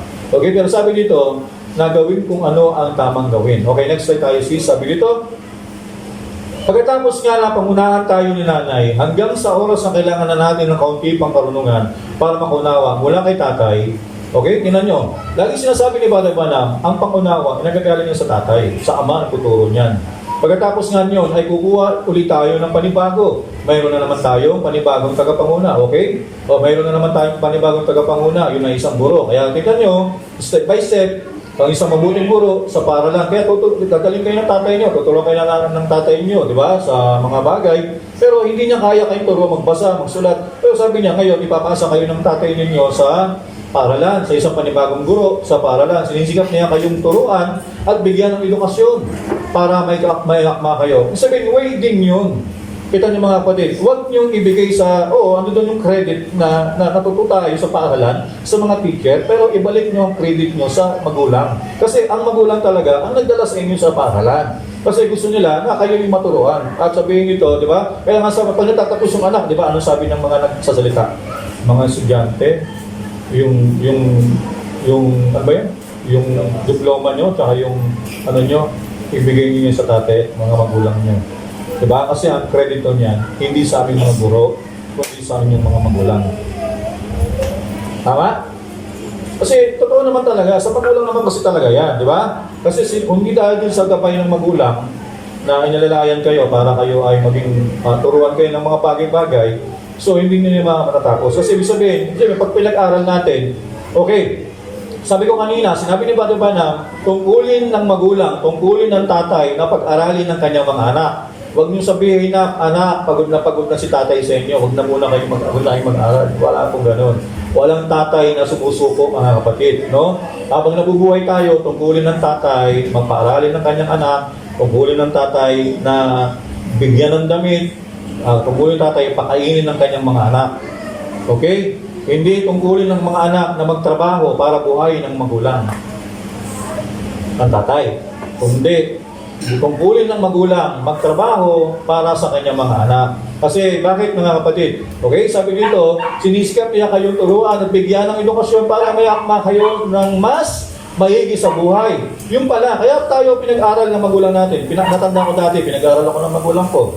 Kaya pala yun, kahit sabihin, gusto ng magulang natin, ng tatay natin, na tayo ay maiakma daw ng mas maigi sa buhay para sa isang kalayaan, isang posisyon na maaari nyo nang mabasa ang inyong Biblia o mabasa ang inyong mga awitin at matuto kayo ng tungkol sa Diyos. Sabi, pangatlo dito, siyempre, dadaling kayo ng Diyos sa panibagong tagapagturo. Yan po yung mga pastor. Kaya may simbahan tayo kasi yung pastor ang gumagabay sa atin, natuturo sa atin bilang ama sa spiritual, tinuturuan tayo ng mga makalangit na bagay.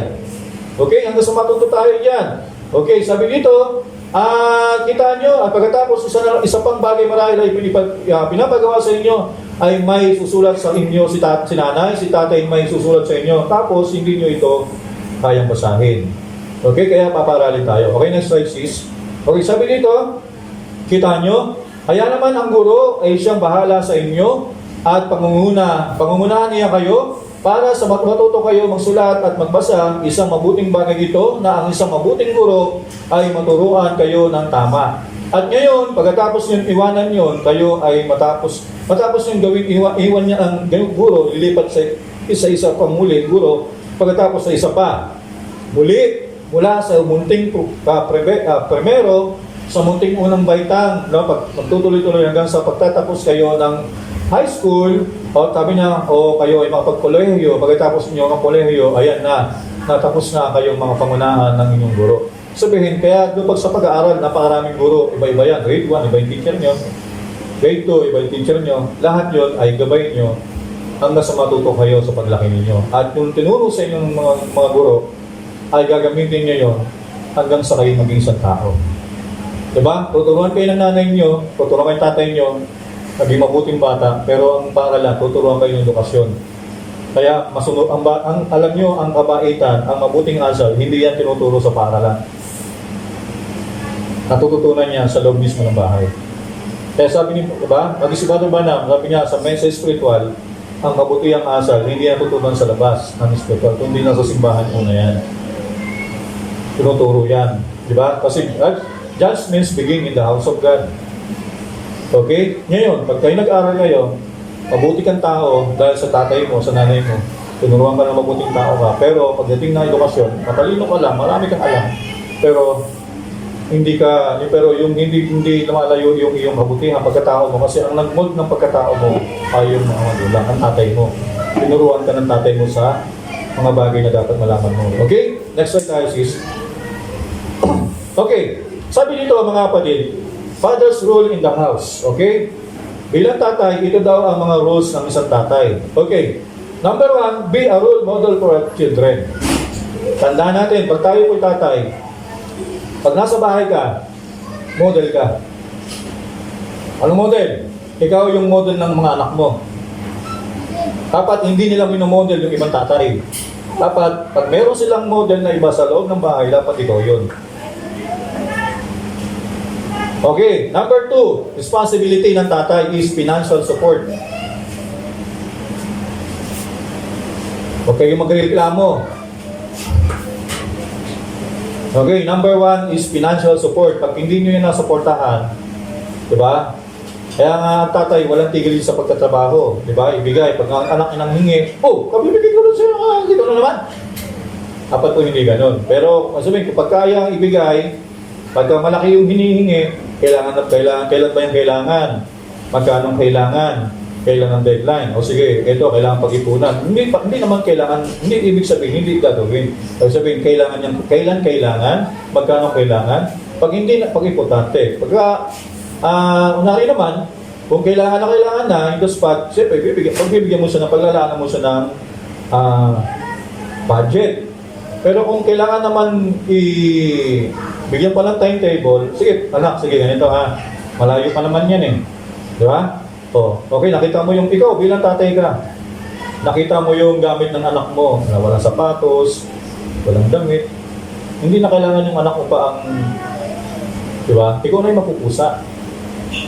Titignan mo, wala na sapatos yung anak ko ha. Di ba? Kunwari, anak, labas muna tayo sandali. Pero hindi niya alam, bibilan mo pala. O, sa tayo punta pa, ganito, ganyan, di ba? Dinala mo nun sa ano, sige, pili ka na dyan kung ano yung Kasi bakit? Kailangan yung isang part yun eh. Kailangan tayo po ay bilang tatay, tayo ay dapat support natin pwede financial. Pagka masasabihin natin, wala tayong mag-anak. Pagpasensya mo na si tatay kasi trabaho ni tatay ganito lang eh. Pumapasok lang yung tatay ng income sa isang araw niya ganito. Ito yung magkano yung gastusin natin. O, di ba? Para si anak, nag-iisip-isip din siya, ay hindi pa kaya ni tatay ito. Siguro kaya, pero pag-ipunan. Pero tandaan niyo mga kapatid, pero si tatay ay financial support. Number 2, siya po ay financial support. Hindi niyo pwedeng sabihin sa inyong mga anak na wala kayong pera. No. Kasi kayo po ay model. Pangatlo, be a protector of family. Maging protector kayo sa inyong pamilya. Di ba? Kumbaga, kayo yung magiging taga-protector sa inyong pamilya. Pangapat, papakita mo yung pag-ibig, respect sa iyong partner. Di ba? Teaching, tapos 5, teaching, discipline. Kahit ikaw, marunong ka din magturo sa iyong mga anak, paano mag-disiplina. Paano, model ka. So, siyempre, anak mo, titingnan ka sa loob ng bahay, paano ka pamilos. Di ba? Paano ka maging doon? Paano ka ba maging tao doon sa loob ng bahay? Titingnan ka ng bata eh. Magiging model ka eh. Di ba? Magiging model ka doon. Tapos siyempre, pag naturo ka, anak, ganito yun. Siyempre, pag naturo ka gano'n, dahil nga ikaw nga yung isang parang kinitingnan ng model, pag nasalita ka, ino-honor nila yun. Kasi you are model eh. Di ba? Yun po yung panlima. Okay, panganim, next slide tayo sis.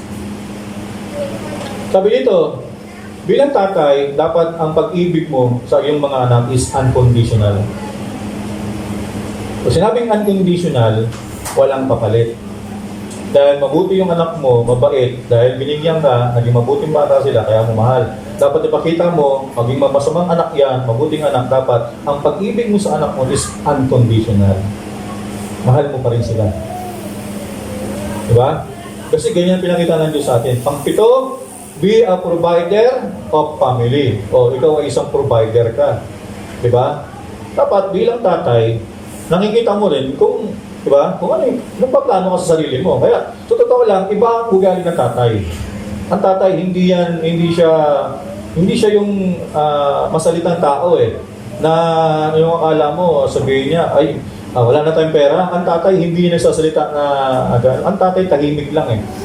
Alam niya na wala kang, mapuspos ka agad. Okay.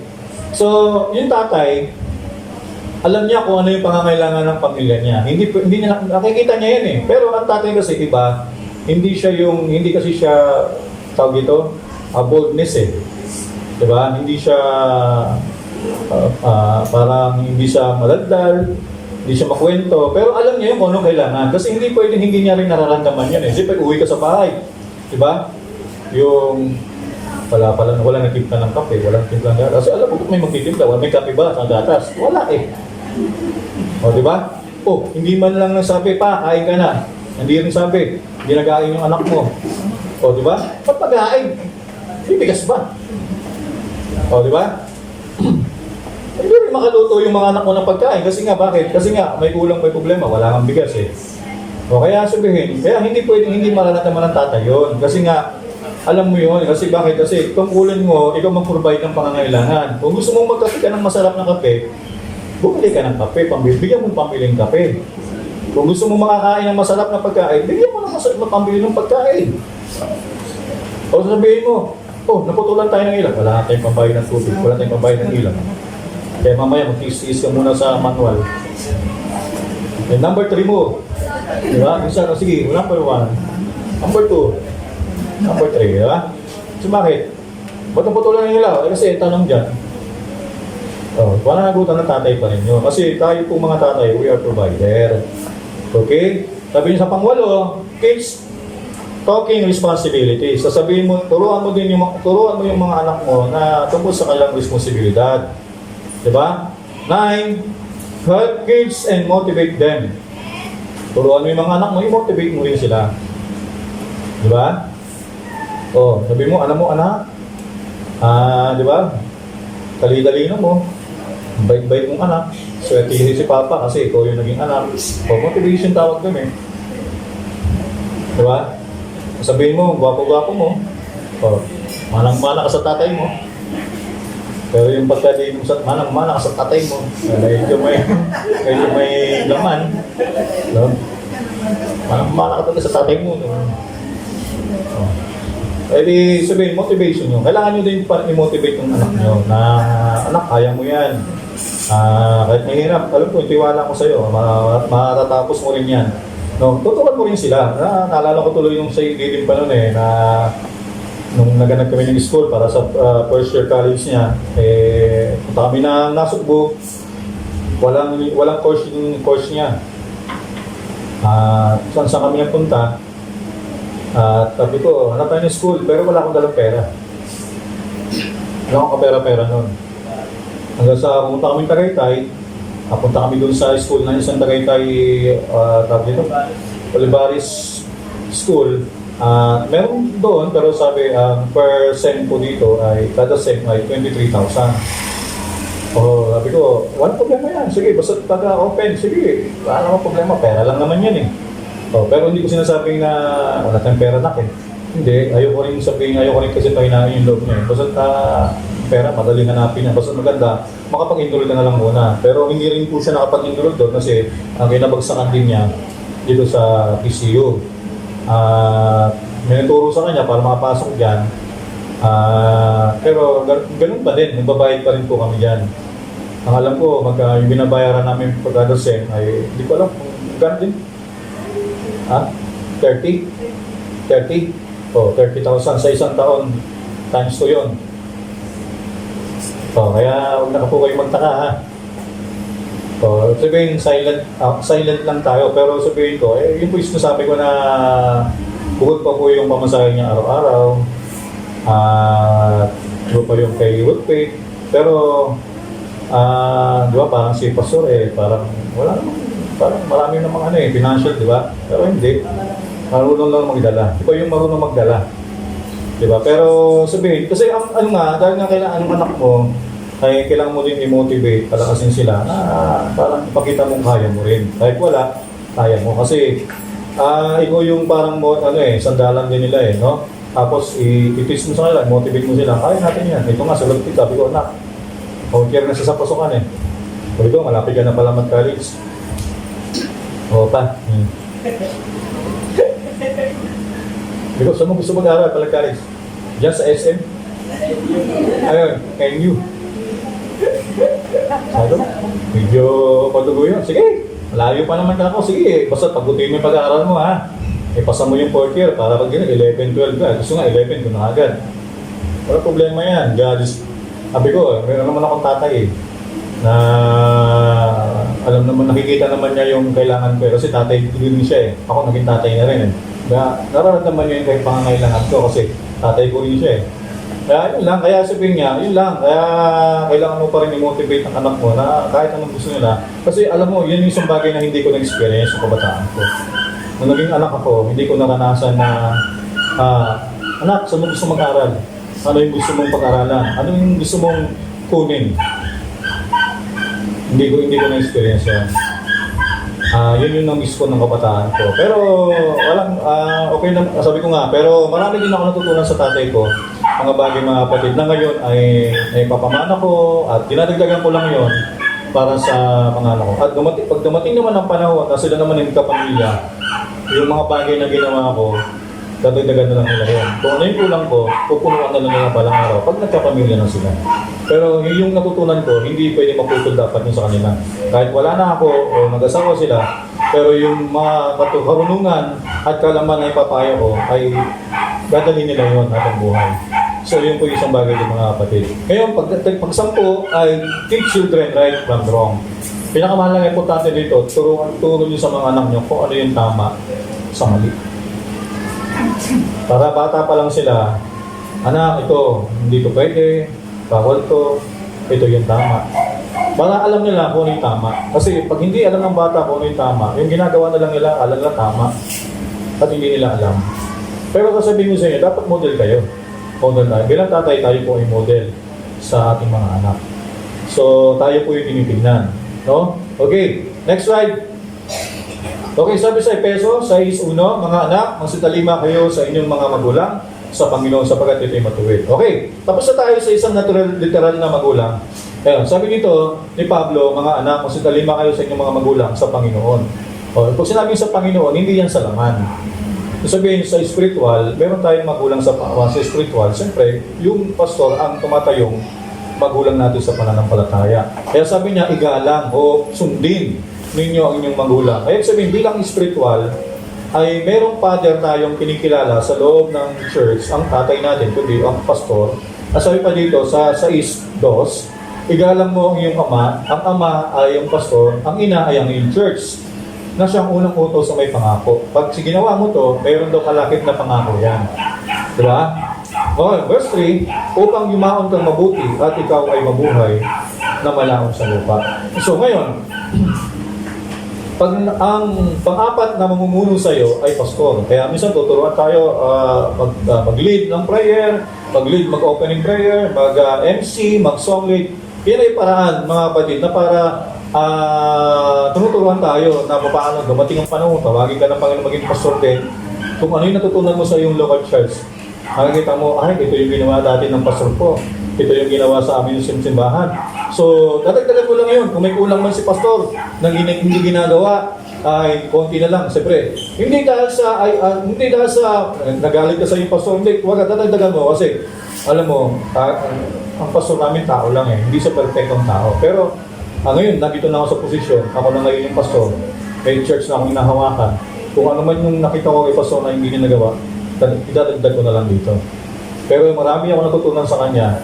Pero i-apply ko pa rin ngayon. Pero yung mensahe, nandiyan na yung mensahe. Diba? May mensahe na tayo. Alam mo na kung ano tuturo mo eh. Pero yung pag-apply kasi ang mahirap. Paano kang tumayo sa pagpastor, diba? Paano mo i-handle yung babalanse yung time mo, di ba? Tatlo yan eh. Pamilya, ministry, trabaho. Trabaho, Monday to Sabado, minsan. Busy ka, pagod. Uwi ka, di ba? Lalapit sa anak mo, kailangan ng anak mo yung support mo. Ano mo yung sarili mo bilang magulang. Pagdating sa church, hindi ka nalalagay na bilang isang magulang sa literal, lalagay ka bilang pastor. Ilan yung mahawakan mo dyan? Ilan yung mga taong mga kailangan ng gabay mo. So, kailangan marunong mag-balance. Hindi pa sa nakapokus ka lang dito, nakalimutan mong balansin ito. Kaya hindi pwede ito lang yung balansin mo, meron pa din anak sa laman. At hindi pwede ito lang, meron pa din trabaho kailangan mong ingatan. So, kailangan maging marunong ka mag-balanse. So, pag nakita nyo yung tatay nyo gano'n ang ginagawa, matututo din kayo ng mga bagay na dapat mong gawin nyo. Pag may trabaho kayo, marunong din kayo mag-balanse. Kung meron kayong mga family, marunong din kayo mag-balanse. Nanginginis kayo, huwag nyo sasabihin na pagod ako galing sa trabaho, kalimutan ko na yung ministry. Kasi ang pattern nyo, may model na kayo eh. Diba? May model na dapat yung gayahin. Kaya sabihin, binigyan tayo ng Diyos ng magulang para gawin yun mga kapatid. Kasi pagdating ng panahon, naging kayo ay naging isang ministro na, yung natutunan nyo naman sa magulang nyo, i-apply nyo lang sa susunod. So, ganun po yung mga kapatid. Okay? So, wala din, di rin perfecto paso ha. Okay, next slide tayo sis. Sabi ito. Okay, sabi ni Pablo dito, kay Timothy, kay Tito, na aking tunay na anak ayon sa pananampalataya. Sa lahat ng biyaya at kapayapaan naway mula sa Diyos, Ama at kay Jesucristo na tagapagligtas natin. Si Pablo, anak niya si Tito sa pananampalataya. Lahat ng kailangan natutunan ni Tito, binigay ni Pablo.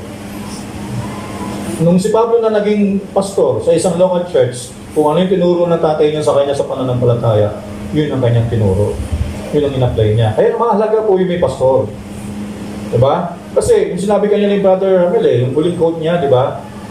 Pag walang shepherd, diba? Ganyan, maliligaw. Tapos hindi kayo natututo. Kasi ang nabigay ng pastor ang Panginoon, 'di ba? Walang gabay. Paano kayo tuturuan sa mga bagay na dapat matutunan, 'di ba? Imamanage tayo, tuturuan tayo kung wala tayong tatay. Kasi kung wala rin tayong tatay sa naman, 'di ba? Hindi tayo matututo ngayon mga kapatid. Ganun din sa spiritual. Kailangan importante po may pastor kasi yung tuturuan naman tayo sa dapat natin matutunan. Gabay naman natin yan sa mensahe. No, yun naman tuturo sa atin. Pero hindi kahit may paso tayo, pero ang huli pa rin tuturuan, ang huli pa rin na darating sa atin, Holy Ghost. 'Di ba? Ang pinaka-importante sa lahat, matnubayan tayo ng Espiritu Santo. Papangunahan tayo ng Holy Spirit. At kapag dumating ang Espiritu Santo sa atin, dapat maging mabuti tayong anak. At pag sinabi ng maging mabuti tayo ng Espiritu Santo, kapag dumating ang Espiritu Santo, siya magpapaalala sa atin lahat ng kanyang mga sinasabi. At sa pagpalalaharin niya tayo ayon sa kanyang mga panuntunan. At pag dumating yung pinakatatay mo talaga sa iyo, yung Holy Spirit, yan ang pinakatatay mo. Yan po yung sinasabi ko, yan yung nag-iisang ama na sakdal. Lahat ng magulang na dumaan sa ating mahal, hindi po yan perfect. Pero meron tayong isang amang perfect. Ang sabi ng Biblia sa Matthew, magpakabanal kayo sapagkat ako'y banal. Yung tatay mo sa langit. Sa akin, hindi kayo magiging banal. Hindi kayo magiging perfect kasi hindi ako perfecto eh. Pero magiging perfecto kayo sa Holy Spirit. Hindi man ako perfecto sa aking mga anak, hindi ako naging perfecto, hindi man naging perfecto tatay ko kasi tao lang din siya. Pero sabihin kung ano yung meron ako ngayon, nakuha ko yung sa tatay ko. Kung ano yung meron ako ngayon, sabihin lahat yun ay bunga dahil sa tatay ko. Diba? Lahat yun ay naging ngayon, ganun po yung mga kapatid. Pero ganun pa man, hindi siya perfecto. Pero yun po isang bagay na pinagsikapan niya yung abot ng magagawa niya, ginawa niya yung abot ng kanyang halaman, na alam niya paano palakihin kami. Pero sa kabila nila, alam niya hindi may kulang pa rin. Pero yun po yun, ano man yung ginawa niya, ako ngayon ito. Diba? At yun naman ang ginagawa ko sa mga anak ko, na pinagsisikapan lahat ng mga natutunan ko sa tatay ko at mga dadagdag ko pa, mga nakukuha ko pa sa ibang pamilya, na nakukuha ko mga dapat kong gawin, na dadagdag ko, yun naman ang ginagawa ko sa mga anak ko. So, dahan-dahan. Pero hindi man ako, alam ko, sinasabi ko, hindi ako perfecto sa kanilang ama. Nagkakamali din ako. May pagkakamali din ako. Alam ko, meron din silang gusto gawin ko bilang ama. Pero hanggang doon lang talagang kaya ko. Kasi hindi ako perfecto. Diba? Yung mga lingkod din ng Diyos, hindi yan perfecto. Nagkakamali din yan. Okay? Si Moses nagkamali. Diba? Mahina yung kanyang temperance. Si Pedro, mahina yung kanyang... Anong kay Pedro? Temperance. Ano yan? Kinagaan niya agad yung tenga nung Panginoon. Mahina siya pagdating sa temperance eh. Iba tayo ng kahinaan. Kaya hindi tayo perfecto eh. Diba? Pero yung magiging susunod na lahi, ang susunod na magiging anak natin, meron tayong iiwan ng bakas. At yung bakas na yung iniwanan natin, yun ang susundan ng mga anak natin. Kaya kailangan importante po, mag-iwan tayo ng bakas. Diba? Yung bakas na yun yung kanilang nalakaran. Kasi mahirap pag wala pong bakas tayo iwanan. Maliligaw sila. Kaya ganun din po sa spiritual, nag-iwan tayo ng bakas. Meron tayong tatay sa pananampalataya, ang pastor, tinuturuan tayo na dapat natin matutunan. Pero hindi man ako perfecto, humingi ako ng tawad sa inyong lahat, may kakulangan ako. At pagpasensya nyo na yung aking kakulangan. Pero meron tayong tatay na perfecto, walang iba kundi ang Diyos lang. Siya lang po yung Diyos na hindi nagkakasala, hindi nagkakamali, perfecto siya. Alam niya lahat ng ating pangangailangan. Kahit marami tayo, ako, may mga tao dito hindi ko na alagaan, hindi ko nakakausap ng personal, hindi ko alam kung ano yung kanilang problema. May mga ilan lang, pero ang Diyos, yung tatay natin, alam niya lahat ng kailangan ng bawat isa. Kahit ako, alam niya kailangan ko. Kaya siya lang po yung Diyos na perfecto, tatay natin na perfecto. Kaya yun po yung gusto ko lang sabihin mga kapatid, ngayong umaga na Happy Father's Day. No, yung Father's Day is ito ay may responsibility na kapatang. Masarap magkaroon ng anak, siyempre. Pero ay mayroon po kakibat na tungkulin niya na mabigat na kailangan mong at ang tatay hindi po yung nahihinto. Kahit po magkapamilya na ang mga anak, hindi po natitigil ang pagiging tatay. Kapag may problema ang inyong anak, ay ng pamilya na yan, pag lumapit sa inyo, pwede nyo pa rin sila gabayan. Hindi po natatapos yan, di ba? So, yan po yung mga kapatid. So, ganoon din, pag nagmating ang panahon, alimbawa, may nagpasura dito, at mamimiss niya, Pastor June, meron akong meron akong kayong gawin. Bakit din siya dito para magtanong kung ano ba yung dapat gawin pa. Sabihin, ano yun? Kasi nga, nakuha niya experience dito bago siya nagkaroon ng anak. Wala pong kabuti na lang bigla na nagkapamilya na wala pong tatay na pinagmulan. Tandaan nyo, lahat po ng bata may pinagmulan. At lahat ng church na sinisilang may pinagmulang iglesia. Na kung ano yung kanilang natutunan sa loob ng iglesia, yun din po yung i-apply nila. Alam nyo ako, kung wala akong church na sinundan, wala akong naging pamantayan, wala din po magkakaroon ng church na ganito. Kahit maliit lang, pero nagkaroon tayo ng maayos ng simbahan kasi nagkaroon ako ng maayos ng ama sa pananampalataya. Yun lang po yung lahat na nakikita ko, may kakulangan din ako nakikita, may kahinaan din ako nakikita sa mga ministro, pero hindi yun. Kasi lahat tayo, hindi tayo perfecto. Pero lahat na nakikita kong tama, pinukuha ko yun at ina-adapt at ina-apply. Kung alam may kulang man, ginagawa ko. Pero alam ko, kabila na lahat ng ginagawa ko na, pero alam ko may kulang pa rin ako. Diba? Pero kasi tao lang ako Hindi ako Superman para lahat ng tungkulin, lahat ay magawa ko. Na may isa-isa ko yung mga tao, maano ko kayo lahat, kung anong kailangan nyo. At may mga gusto kayong gawin, na gusto nyo gawin, na gawin ko. Diba? Pero hindi ko magawa. Alam na ng Diyos yun, diba? Pero ang doon ay binigyan tayo ng Diyos ang may mensahe na sakdal. Pero sa kabila ng may mensahe tayo na sakdal, meron tayong manggagawang hindi sakdal. Hindi perfect. May kulang pa rin. Diba? Minsan, yun nga, sabi ko nga, na yun po isang bagay na gusto yung dumaan sabihin sa inyo, pass muna ako sa linggo. Brother James, ikaw muna mag-praise. Yun po isang bagay na dito tayong gawin. Nagagawa ng magagawa yun, naiintindihan ko. Pero ako, pag bilang kasi, ako si model na kailangan hindi ako makitaan ng kahinaan. Ang pastor, meron din po yan pinagdadaanan, meron kahinaan din yan. Kaya lang, hindi kailangan niya, siguro, ang pastor doon nilagay, matibay, pagdating sa ganung bagay, matatag. Na nagagawa niya balansin ng bagay kahit may problema. Nagagawa pa rin niya mag-preach ng parang umapaw sa agalakan pero sa kabila ng salikuran niya may kalungkutan. Pero ganun po kasi tayo. Minsan may mga ganun bagay. Pero may mga ministro naman na magagawa na hindi talaga kayang tumayo. Meron akong pastor na kilalang ganyan. Pag may problema, sabi ba, hindi ko nabanggitin sa Siargao. No? Pagka hindi kaya, sabihin niya sa membro niya, hindi ko na lang muna mag-preach sa pastor yun. Pero totoo, hindi talaga dapat pastor nagpapaliban sa pagtayo sa simbahan, pag-preaching, kasi maliban na lang kung may inimbitahan siya sa labas at magpatayo siya ng ibang manggagawa. Pero kung wala naman, dapat linggo-linggo siya talaga tumatayo. Kasi ang tangkulin niya ay tagapagpakain. Maliban lang kung wala siya, absent siya sa panahon ng halimbawa ay nasa labas. So ganun po yung mga kapatid. Pero yun po, natin. So ginagpil ko na lahat, yung literal na tatay, at spiritual na tatay, at saka yung pinakatatay talaga natin lahat, ang Diyos. No? Na siya yung ating provider sa lahat ng pangangailangan natin, pinuprovide niya, kaya salamat sa ating Panginoon. Kung mayroon matayong pakulangan, hindi siya naman pupuno. Okay? So yun lang po yung preaching natin, at ang time natin ay nasa 1:30 na pala. Okay?